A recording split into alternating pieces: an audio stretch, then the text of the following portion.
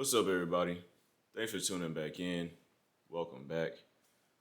Basically, what I wanted to go over in this video is I wanted to address what I feel like is the worst conversation starter that everybody loves to use, and that is, what do you bring to the table? This question typically comes up on dates, but it also might come up over the phone, through text messages, and I've also seen it used in discussions. When it's used in discussions, it's a little bit more acceptable because knowing when they're bringing it up is used to prove a point, but it still can lead to a toxic conversation or a conversation that doesn't really get the result that somebody might actually be looking for, right? So, people who ask this question more often than not are playing mind games, right? Um, they're not seriously trying to find out the answer to that question. They're trying to create a certain dynamic. It's almost like they're looking for something to say because they can't think of anything else to say, and they're trying to create a certain type of vibe, but they don't know how to do it.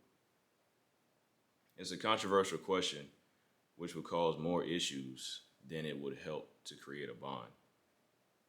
Anyone trying to actually get to know you and build with you wouldn't want to ask you a question that's going to put you in defensive mode, because naturally they will want to make the experience between you two or between whoever is involved in the conversation go as smoothly as possible. People who are experienced with communication and with people in general would know how to read and discern other people and somebody that they're on a date with or dating over time. So a question like this, to just get somebody to blatantly have to come up with what they bring to the table, is often unnecessary to somebody who is a good judge of character. This question also forces someone to either buck back or back off. In other words, it's a way for them to establish dominance and the other person to submit. If a man asks a woman this, he more often wants her to submit.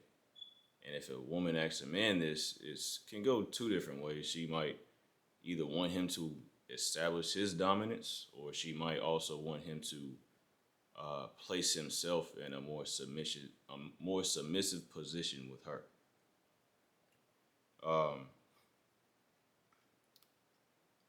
More often than not, she's just going to want him to stand up for himself in expressing his machoism. But the times that she's trying to put him in a submissive position by asking him that question, she's trying to say he better be willing to do something for me if he wants me. A guy who's self-confident is not really worried about your answer to this question because he knows that if you don't show him this, or if you don't answer this question without him necessarily having to ask you, then the relationship isn't going to go but so far, and eventually he's going to find somebody who's going to show him what she brings to the table, right? So he doesn't need to ask you this question with the intent to get you in a submissive position or establish himself as dominant to you, because the dynamic would already be there. If you feel compelled to know the answer to this question and you must somehow address the subject, whether it's because you just want to try it out, you want to establish a standard, or you're just simply curious, go ahead by all means. But I'm telling you, it's probably going to cause more problems than it's going to solve at the end of the day. When's the last time you turned somebody on or created a dynamic that you want by prying on their social life for your own personal gain? There's a way you can do this without specifically bringing the subject up, though, with a method called the norm of reciprocity. It's a form of self-disclosure where you express things about yourself and naturally other people become compelled to share things about themselves with you. So you express what things you like to do for your partner. Maybe you can include what your love languages are, or something like that, and it may compel that person who you're talking to, or those people you're talking to, or whoever you're on a date with, to share what they like to do for others, or the things that they can contribute to a good relationship. Uh, Pay attention to how they answer and respond, because you want somebody who wants to do the things that you are looking for from a partner. If they feel like them making money or just having sex is enough to justify them being in a committed relationship, but you feel like what you bring compared to what they bring, you would expect more from them, then that's probably not somebody who, in the long term, you're going to have a productive relationship with. You're going to run into issues along the way that might be detrimental, because you're going to figure out that you're just on two different pages. You're going to be looking for more than they're willing to give you. So the other thing is, if they don't choose to open up, then maybe they aren't sure of themselves, meaning that they lack the lifestyle or the self-confidence to either have something to offer. They might lack the experience of knowing what it takes to make somebody else satisfied in a relationship.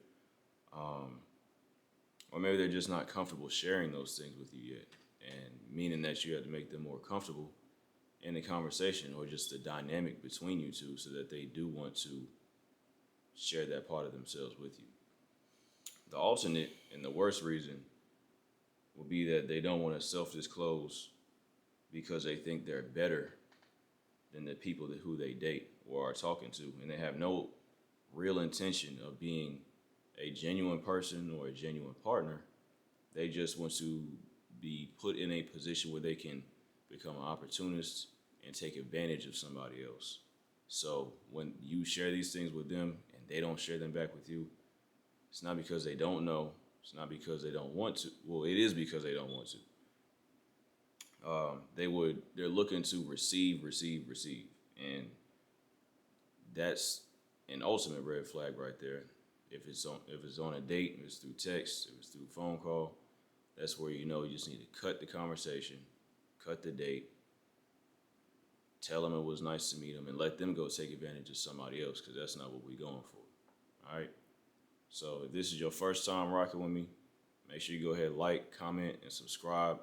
Definitely appreciate all the support. We got some more stuff coming for y'all very soon. So don't forget, don't hold your breath. This is Talk Show.